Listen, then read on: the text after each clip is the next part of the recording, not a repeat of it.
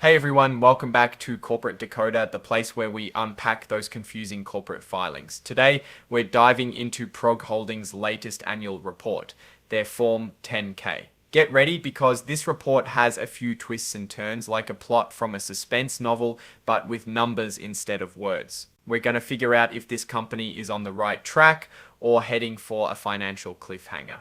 PROG Holdings wants you to know that this report contains forward-looking statements. That's just fancy lawyer speak for don't take everything we say as a guarantee.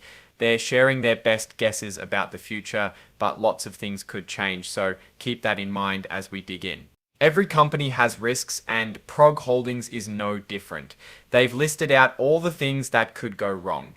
Think of this as their oops, what if scenarios. If any of these risks materialize, it could throw a wrench into their plans. One of the big risks, regulations. PROG Holdings operates in industries that are heavily regulated with laws unique to their businesses. This means they could face government investigations and hefty fines. Keeping up with all these rules is a major headache, and violations can cost them big time. The way PROG Holdings offers deals to consumers might not always sit well. Government officials, consumer groups, and the media could paint these transactions in a bad light. Public perception matters, and a negative image could hurt their business. And now the economy. If things get tough, like with high inflation or rising interest rates, people might not be able to afford PROG Holdings products and services. This would obviously lead to less demand and potentially more customers falling behind on payments. In an unstable economy, PROG Holdings' clever computer programs called algorithms might fail to accurately predict who will pay up. This could mean more losses and not enough money set aside to cover them. It is a huge problem if your crystal ball gets cloudy. A significant portion of their income depends on key partnerships or pause partners. If they lose these partners, it could severely impact their financial health. It's never good when so much relies on a few relationships. Progressive Leasing's focus is subprime consumers. These customers are more likely to struggle with payments, leading to higher losses. Serving this market has inherent risks. PROG Holdings also has Viv and 4, but they work differently than Progressive Leasing. Each has its own way of risk, which should be watched closely to make sure there isn't an overexposure to the more struggling market. They are modernizing their technology systems, which can be risky. It might take longer and cost more than expected, and could even disrupt their business. Tech upgrades are necessary but need to be planned well. Cyber attacks and tech glitches could severely disrupt their operations, preventing them from processing transactions or making accurate decisions. It is really bad if the system making the money suddenly has problems. Their plans to recover from disasters might not be good enough, leading to further losses if their tech systems go down. Always have a plan B and C and D. Cyber attacks and data breaches could expose PROG Holdings to significant costs, lawsuits, and reputational damage. Protecting customer data is crucial. Their plans for using money, including stock buybacks and dividends, might not boost shareholder value. There's a risk these strategies won't work as planned.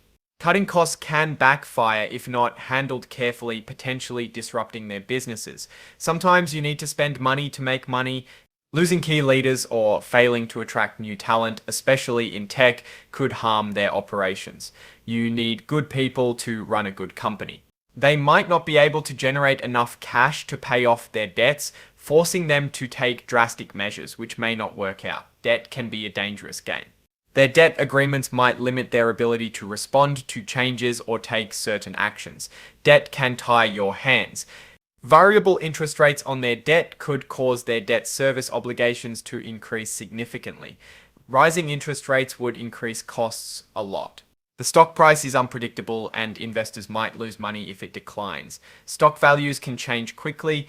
If they can't maintain effective internal controls, they might not be able to accurately report their financial results. This is a red flag. Negative reviews from analysts could cause the stock price to drop. What people think matters. Their actual results might be very different from what they're predicting. Don't rely too much on company forecasts. So with all those warnings, what are they actually planning to do? Well, it all boils down to growth. First, growing with existing merchants, finding new ones, and using their existing customers. Second, improving the customer service so people keep coming back. Finally, growing the number of financial products they can offer. PROG Holdings has three main sections or segments, each with different focus: Progressive Leasing, Vive, and 4. The Progressive Leasing segment comprised approximately 96% of their consolidated revenues. They make their money by leasing merchandise to customers. Let's see where Progressive Leasing gets its money. Furniture, appliances, and electronics make up 58%. Mobile phones and accessories take up 16%. Jewelry accounts for 15%. Mattresses comes in at 5%. Automobile accessories bring in 2%, and the other items are 4%. Speaking of money, they announced that their board of directors authorized a stock repurchase program. This means the company can buy back its own shares, potentially increasing the value of the remaining shares.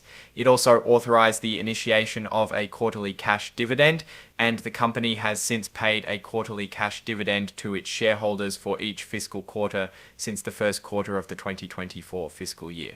A past mess to clean up. Back in the third quarter of 2023, Progressive Leasing got hit by a cyber attack. There was no big impact to operations, but personal information was stolen. They've been working to fix the problem and notify everyone affected. The incident has cost them $0.3 million in the past year alone, mostly for legal help and protecting customers. Cybersecurity continues to get more expensive, and it's not going away. Time for the big picture. For the year, they made earnings before income tax of $163.6 million. This is actually less than the $196.2 million they made last year. They're blaming higher write-offs and restructuring costs for this. Progressive Leasing had to write off more bad debt. For a percentage of their revenues was 7.5%. They're aiming to be in the 6 to 8% range, so it's on the higher end. And that is why the cash dropped this year. They repurchased a good chunk of their stock to increase value for those who remained. They spent almost $140 million this past year.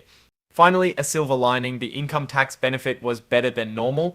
They had a $33.6 million income tax benefit and a lower effective tax rate. A special item helped lower the taxes.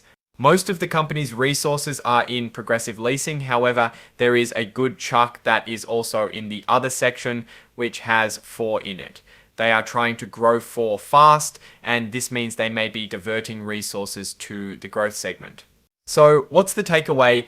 PROG Holdings is trying to grow, however, they are in a tough business and they are exposed to many risks, more than I would like. But in general, this a fairly profitable company. The management sounds capable and they have hired external companies to help secure the cybersecurity. The company has stated that the biggest reason to the down year this past year was due to consumers, meaning their core business is still strong. It's a good price for the stock. However, I am not confident enough about its ability to navigate problems. This is why a fair target price should be around $40 to $45. Thanks for watching. If you enjoyed, please subscribe, like, and comment.